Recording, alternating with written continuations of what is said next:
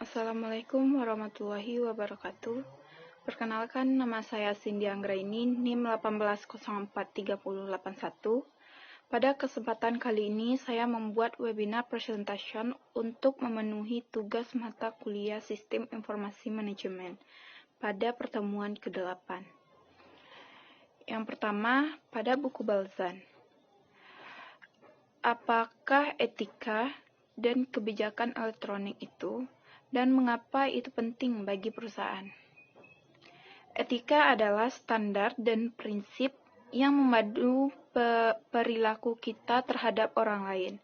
Etika penting bagi perusahaan karena menetapkan pedoman dan membedakan antara perilaku yang benar dan salah yang harus dimiliki orang di tempat kerja.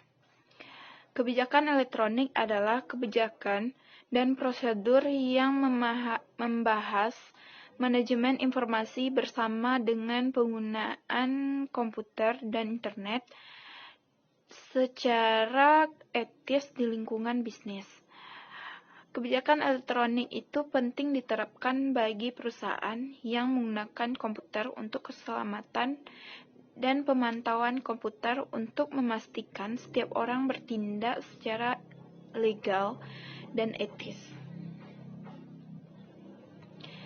Selanjutnya, nomor yang kedua, masih pada buku Balzan, apa korelasi antara privasi dan kerahasiaan?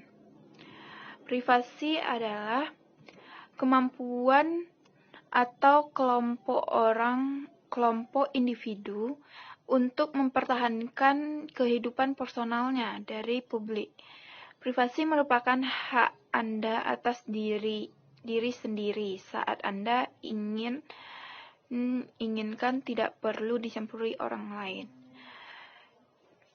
Kerahasiaan adalah sebuah status atau keadaan di mana hal-hal tertentu menjadi tertutup bagi pihak-pihak yang tidak seharusnya memiliki akses dan meliputi semua hal yang bersifat lisan maupun tulisan mengenai suatu hal yang terjadi sebelum ataupun yang direncanakan.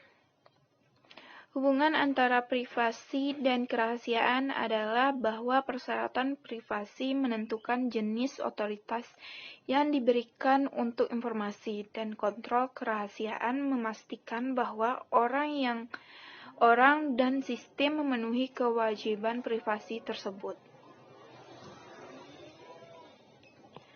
Selanjutnya, pertanyaan yang ketiga yaitu mengapa keamanan adalah masalah bisnis, bukan hanya masalah teknologi. Keamanan atau security merupakan masalah teknis dan bisnis, termasuk masalah teknis karena semua jenis perangkat seluler dapat diakses oleh peretas.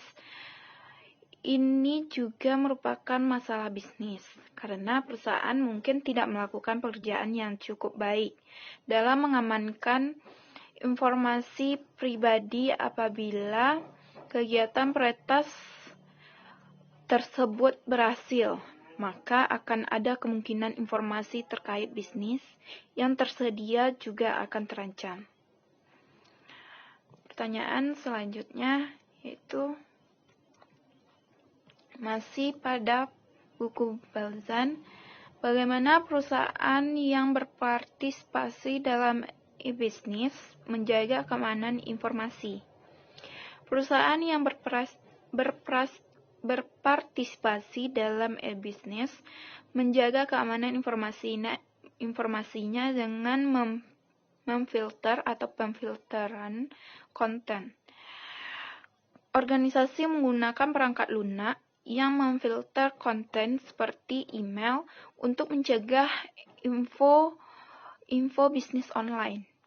Bisnis online juga dapat mengenkripsi file untuk mengacak informasi sehingga tidak dapat diretas. Menyiapkan firewall juga penting. Mencadangkan data dan menyimpannya di tempat yang aman akan membantu keamanan bisnis. Perangkat lunak pendeteksi gangguan pemantauan penuh waktu untuk arus lalu lintas info online. Pertanyaan selanjutnya yaitu ada pada buku London. Isu etika, sosial, dan politik apa yang diangkat oleh sistem informasi?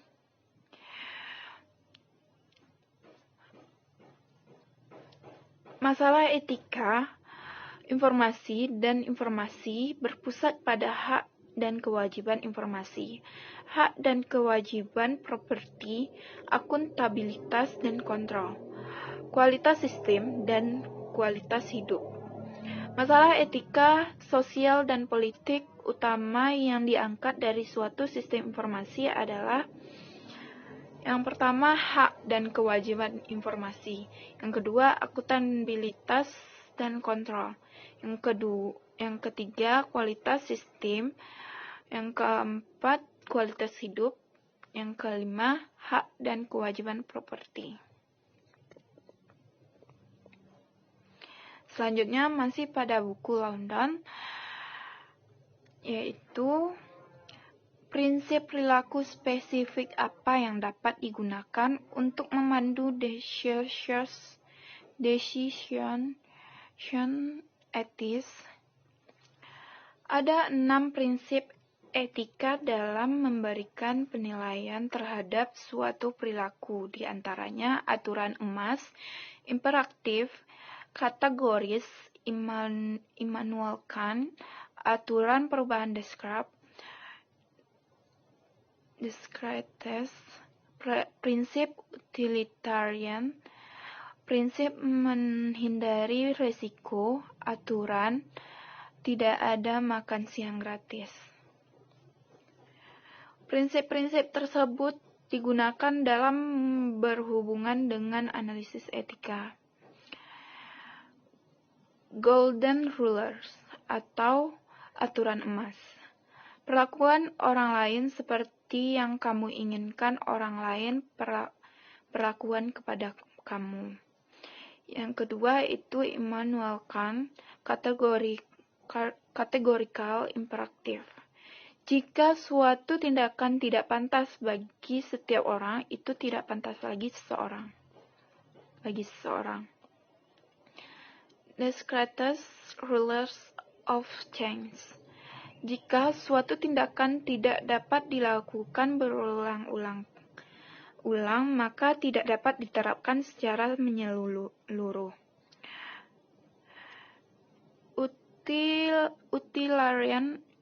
Utilitarian principle. Ambil tindakan yang memberi nilai yang lebih tinggi dan lebih besar. Risk aversion principle, yaitu ambil tindakan yang memberikan kerugian paling sedikit dan biaya paling murah. Yang keenam yaitu ethical no freelance rules, yaitu asumsi bahwa seluruh benda baik yang berwujud maupun tidak berwujud adalah milik seseorang, benda milik seseorang sampai ada deklarasi spesifik yang menyatakan sebaliknya. Selanjutnya yaitu ada pada buku Kelly. Apakah menggunakan boneka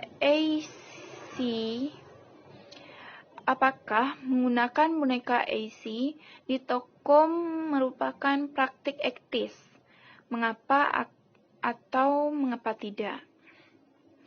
Ya, menggunakan mannequin AC di toko termasuk dalam tindakan etis, karena toko adalah tempat umum yang biasanya memiliki kamera untuk tujuan keamanan.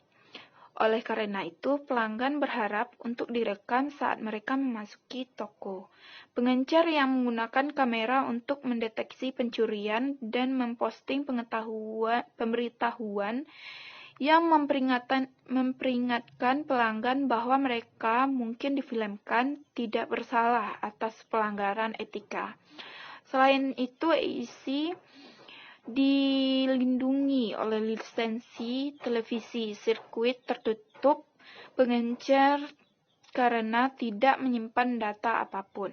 Selain itu, praktik ini memungkinkan pengencer untuk mengumpulkan data demografis dan pola belanja pelanggan untuk meningkatkan pengalaman belanja sambil menjaga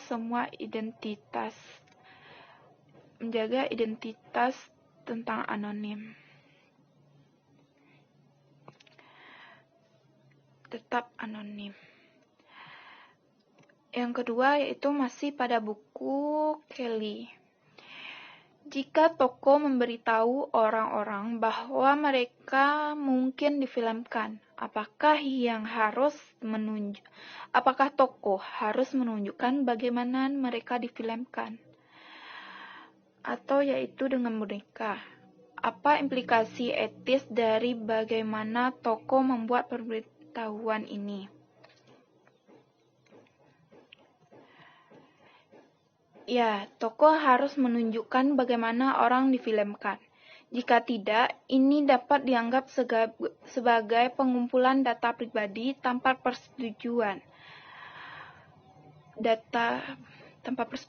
Ini adalah teknologi yang relatif baru dan banyak orang tidak menyadarinya.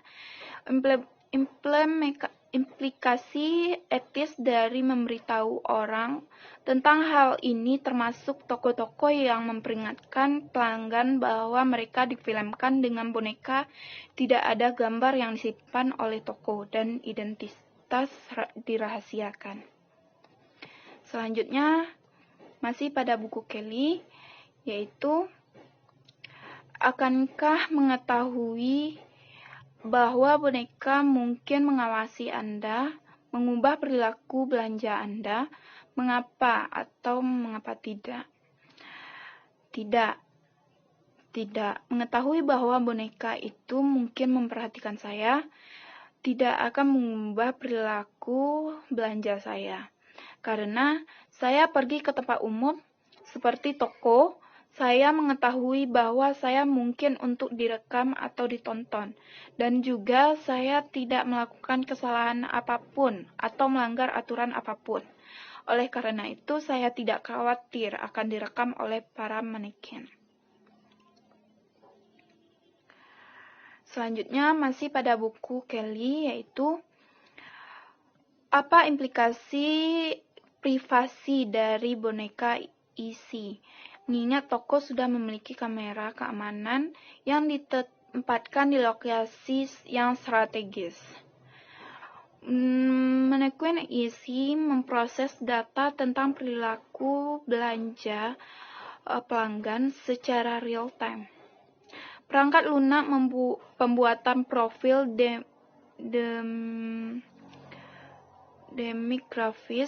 demografis digunakan untuk menebak usia, jenis kelamin, dan ras setiap pelanggan. Namun, identitas orang dirahasiakan. Isi mirip dengan teknologi yang digunakan dalam kamera keamanan overhead. Namun, ia mengumpulkan informasi yang lebih baik karena ditempatkan pada ketinggian mata dan dengan demikian mengundang perhatian pelanggan. Maneken digunakan untuk meningkatkan penjualan dan menyesuaikan pengalaman berbelanja dan produk. Isi dilindungi oleh lisensi karena tidak menyimpan data apapun dan juga harus ada tanda peringatan tentang penggunaan boneka tersebut untuk tujuan komersial saja dan bukan untuk penggunaan pribadi. Sekian dari saya ucapkan terima kasih. Wassalamualaikum warahmatullahi wabarakatuh.